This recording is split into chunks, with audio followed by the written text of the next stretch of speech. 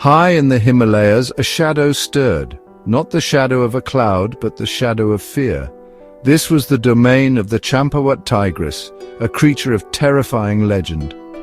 Her story began not in India, but across the border in the rugged mountains of Nepal. There she tasted human blood, and her reign of terror began.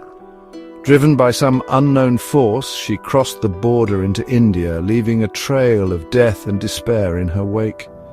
The people of Kumaon, a region known for its breathtaking beauty, were ill-prepared for the horror that awaited them.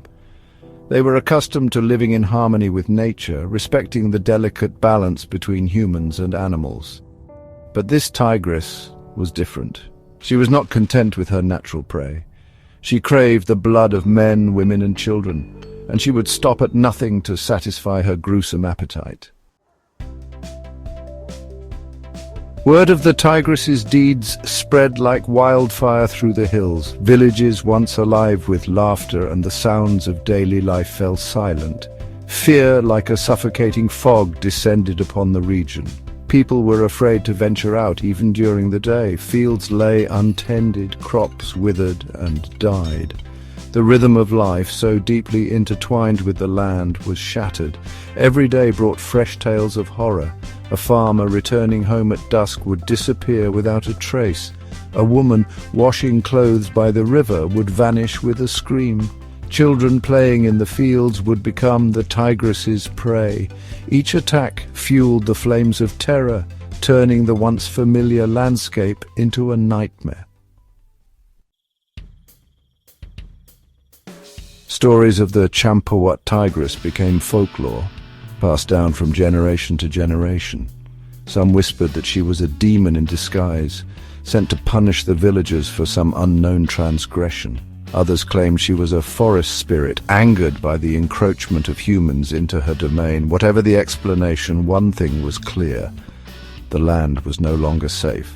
The government, desperate to restore order and appease the terrified populace, offered a reward for the tigress's capture or death.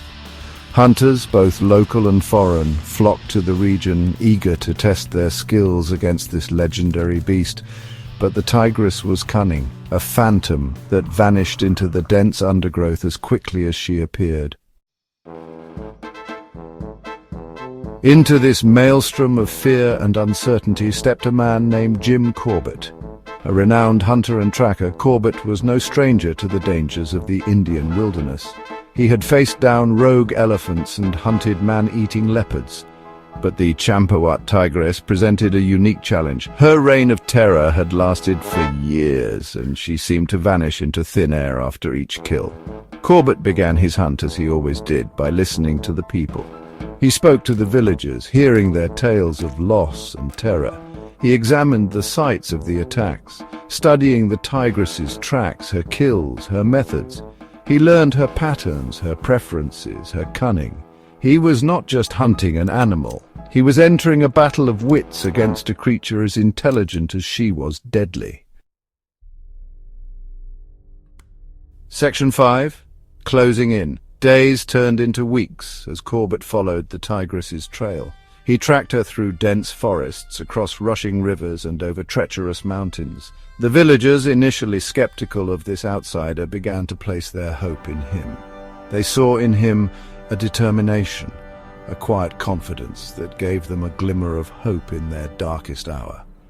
Finally, after weeks of relentless pursuit, Corbett got his break. He found the remains of the tigress's latest kill, a young boy taken from his village just the day before. But this time there was something different, a clue, a single tantalizing clue that suggested the tigress was injured, perhaps even desperate. Section 6. Face to face. Following the trail of blood, Corbett entered a dense thicket. The air was heavy with the smell of death and the musk of a large cat. The jungle was eerily silent, the only sound the beating of Corbett's own heart. He knew he was close. He could feel the tigress's presence, a palpable tension that crackled in the air, and then he saw her, the Champawat Tigress. She was lying near the remains of her kill, her once majestic coat matted with blood and dirt. Her eyes, burning with a cold, malevolent intelligence, met Corbett's. In that moment, time seemed to stand still. Section 7, A Shot in the Night. The tigress rose slowly to her feet, a low growl rumbling in her chest. She was injured, but far from defeated. Her massive head swayed from side to side, her claws raked the earth.